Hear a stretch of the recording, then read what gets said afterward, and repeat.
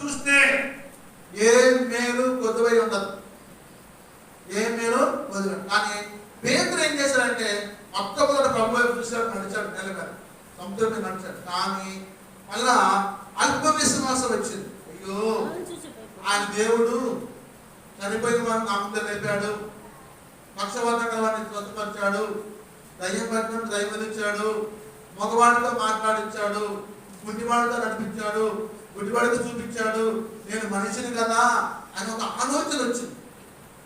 ముందైతే ప్రభు వైపు చూసి నడిచాడు, తర్వాత ఆలోచన వచ్చి గాలిని చూసి భయపడి నింపోస్తాడు. అంటే లోకం వైపు చూశాడు.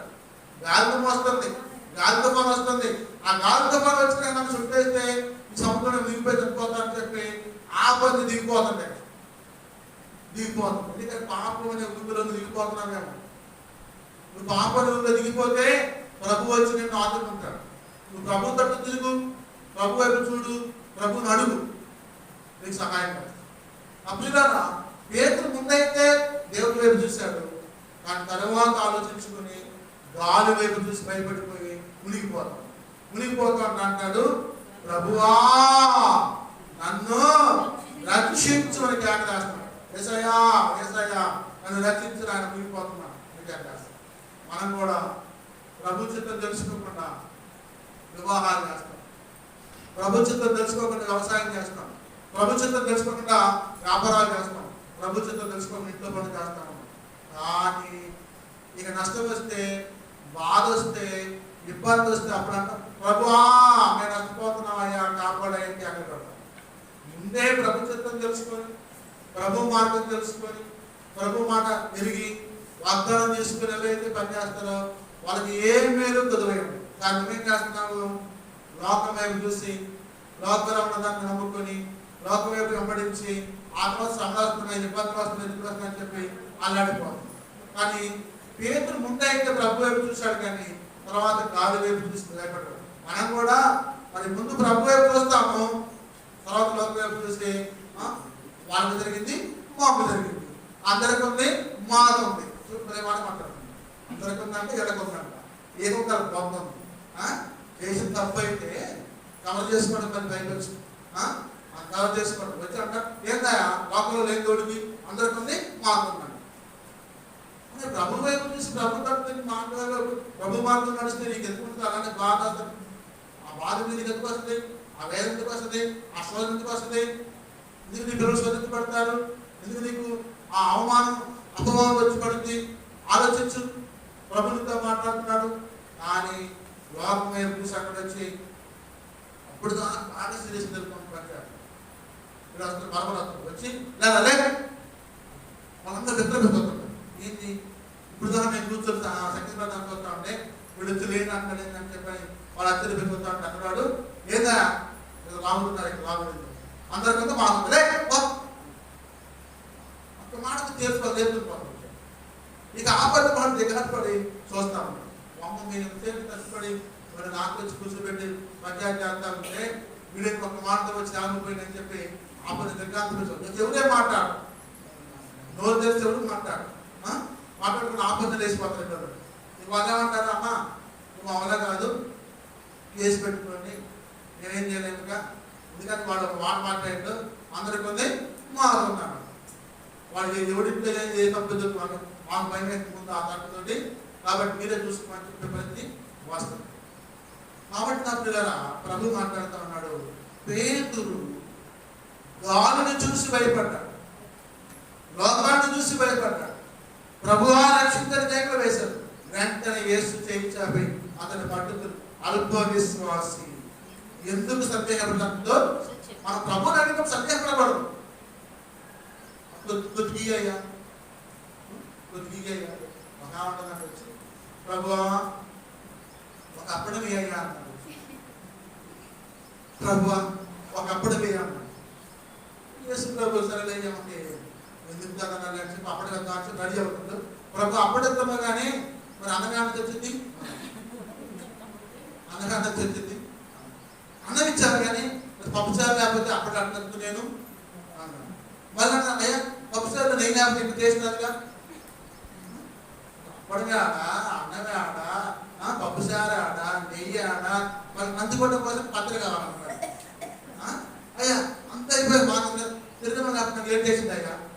చూడండి ఇట్లాంటి ఫస్ట్ నువ్వు కోరేదేమో కొద్దిగా, ఆ తర్వాత పెంచుకుంటూ పోతా ఉంటాడు. పెంచుకో ముందే పెద్ద కోరిక పెట్టుకోరాదు, ముందే పెద్ద కోరిక పెట్టుకుని అడగరాదు. అంటే అసాధ్యమైంది ఏముంది, సమస్తలు సాధ్యమే కదా. ఫస్ట్ ఏమో కొంచెం కొంచెం అయ్యా కొంచెం పట్టించుకొని అంటారు. అడుగుతూనే ఉంటారు కొంచెం పట్టించు అంటారు, మాట వస్తుంది. కాబట్టి ప్రభు అంటున్నాడు అల్ప విశ్వాసి ఎందుకు మరి నీవు సందేహపడ్డావు. ప్రభు మాట్లాడుతూ ఉన్నాడు మాట ద్వారా. మరి పేతురు ఆయన రక్షించుకోవడం కోసం ప్రార్థన చేశాడు. పేతురు పేతురు రక్షించుకోవడం కోసం ప్రార్థన. అక్కడ ఎలియేజరు యజమాని యొక్క కుమారుడి వివాహం కోసం ప్రార్థన చేశాడు. స్తోత్రం హల్లెలూయా. చూడండి లూకాసు వార్త 23 మాత్రమే. లూకాసు వార్త 23 మాత్రమే.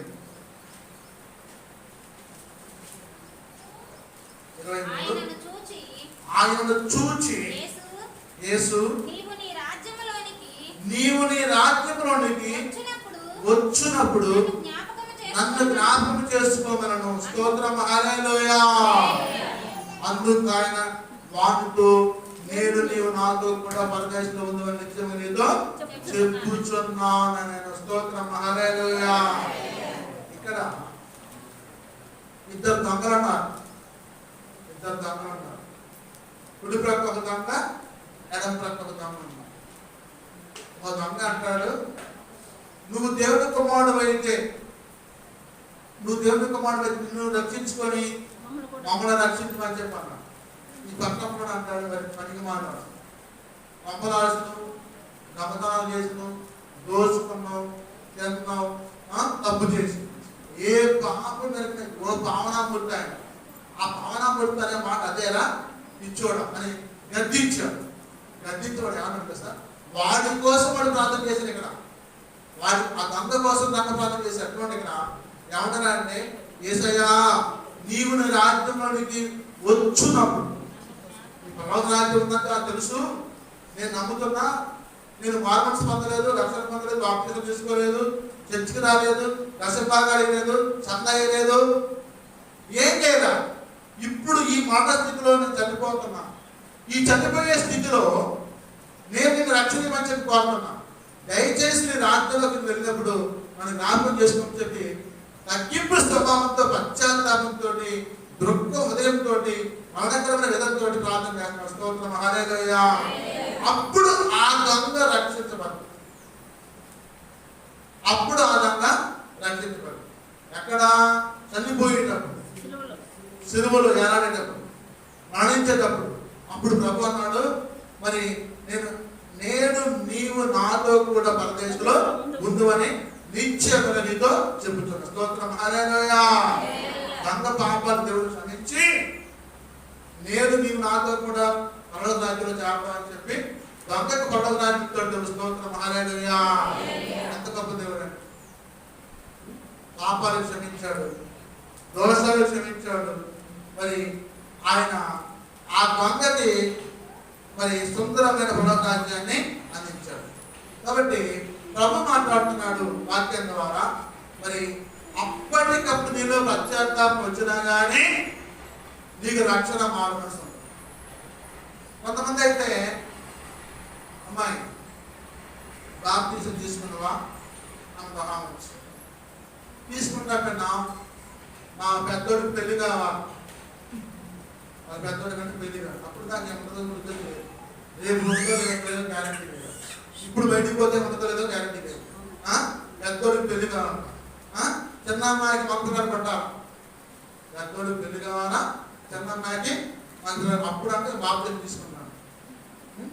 ఆ ముసలి అంటది, ఏ అవ్వా 95 సంవత్సరాలు వచ్చినాయి, ఇంకా ఎందుకు మార్మన్స్ పొందలేదు, బాప్తిజం తీసుకోలేదు అని ఒక యవనస్తురాలు వచ్చి ప్రార్థన పోయేక్కడ వచ్చి అడిగింది. ఈ ముసల్దా అంటది, అమ్మా తీసుకుంటా, దాని పెళ్ళప్పుడు తీసుకుంటాను,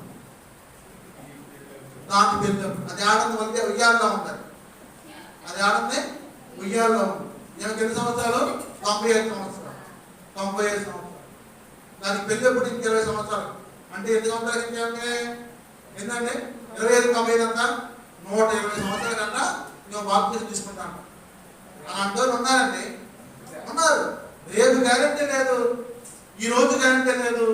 నువ్వు ఇంకా అదైతే ఇదైతే ఇదైతే అని చెప్తుంది.